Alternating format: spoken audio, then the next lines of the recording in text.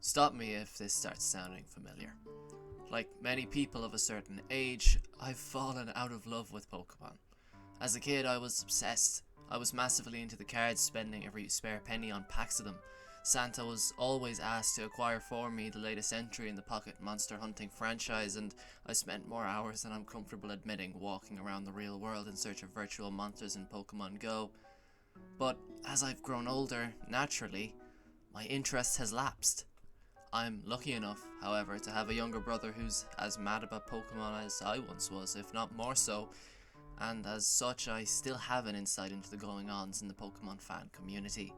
I saw his optimism with Sun and Moon, his disappointment with Ultra Sun and Ultra Moon, his hopes dashed with Sword and Shield. Therefore, I watched as he waited with bated breath about whether the rumoured Diamond and Pearl remakes would be good or bad. Last week, the day finally came for the Pokemon Company to present what they were working on. My younger brother was ecstatic, positively dying to get the scoop on the latest in the world of Pokemon. After the presentation was over, he rushed upstairs and said to me with unadulterated joy, "Pokemon is back." In case you're unaware, there was a Pokemon presentation last week. In this presentation, the Pokemon Company announced remakes of the beloved Diamond and Pearl, an ambitious new game titled Pokemon Legends, and released a new trailer for a new Pokemon Snap.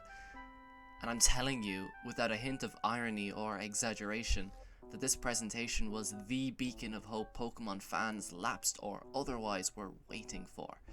In this presentation, the headliners were impressive, but there was one single gargantuan announcement that was earth-shatteringly important to the Pokemon community, one that was glossed over so quickly you might have even missed it.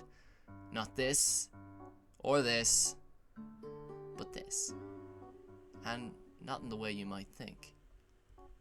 Pokemon has been both biannual and annual throughout its storied 25 years of history.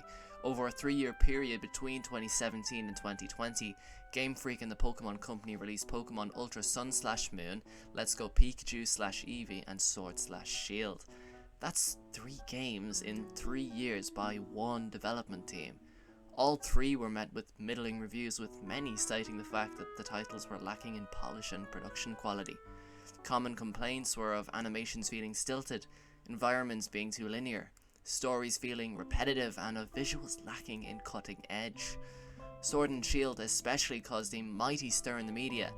Fans were calling for Junichi Masuda's head because of something dubbed the Dexit. The Dexit was the mass exodus of a variety of Pokemon from the Pokédex of Pokemon versions Sword and Shield. Before Sword and Shield, if you had a Pikachu from the Game Boy days of Pokemon versions Red and Blue, you could carry it into the newest entries via the Pokemon Bank or Pokemon Home apps. Each new Pokemon entry included each and every Pokemon from the series' very beginning, hence the catchphrase, "Gotta catch 'em all." But sometime during the development of Sword and Shield, that feature was cut. Game Freak cut out a massive chunk of Pokemon from the game, citing development constraints. Graphically, Sword and Shield was also unimpressive, and a massive amount of the roster was cut out to save time. Clearly, Game Freak needed to give Pokemon games more time in development, but because of the need for the franchise to be annual, they simply could not afford to. Reviewers and fans alike were essentially begging Game Freak to take a breather year to polish their products to a standard worthy of its legendary reputation. But matters out of their control, such as the anime, cards, and merchandising, meant that annual or biannual releases were essentially mandatory. As time went on, the games were suffering. They needed more time in the oven, but Game Freak were being rushed by the head chef to work faster, and as a result, started serving meat raw and calling it rare.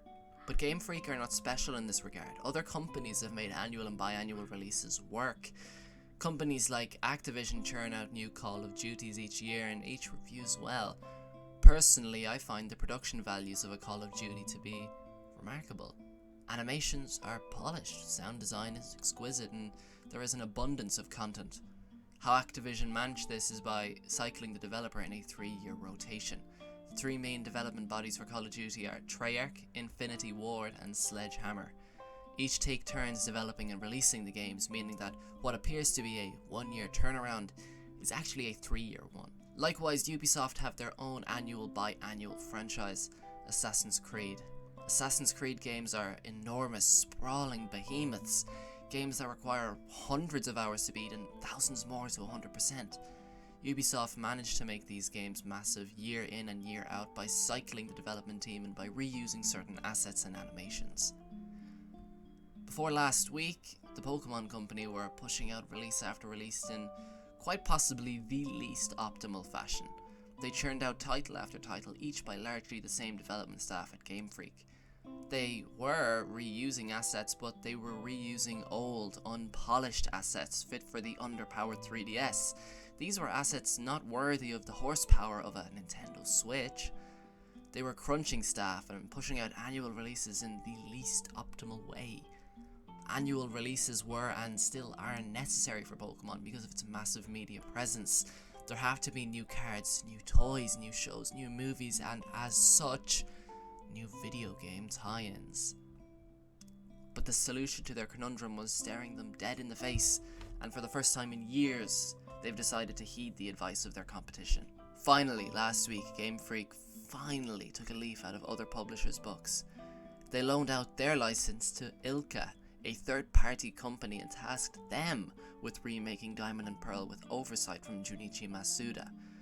This was the biggest, most important Pokemon announcement in years. Finally, Game Freak are enlisting the help of other companies. Finally, they are lightening their load. Finally, Pokemon games are going to get some more time in the oven. We're already seeing the fruits of such business, what with the ambitious first look at Pokemon Legends, a game with an uncharacteristically wide scope for that of Pokemon. Legends might well be the Pokemon the community has been crying out for. It truly is looking like a marvel if its teaser is anything at all to go by. At long last, the Pokemon Company are finally cycling development teams so that their mainline entries get more time to be polished to a shining perfection. The story of Pokemon is taking a twist. What was a series marred by missed potential is blossoming into a series that is finally on the right track.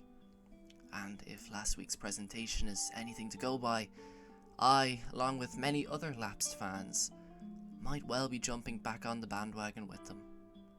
The future of Pokemon is looking bright.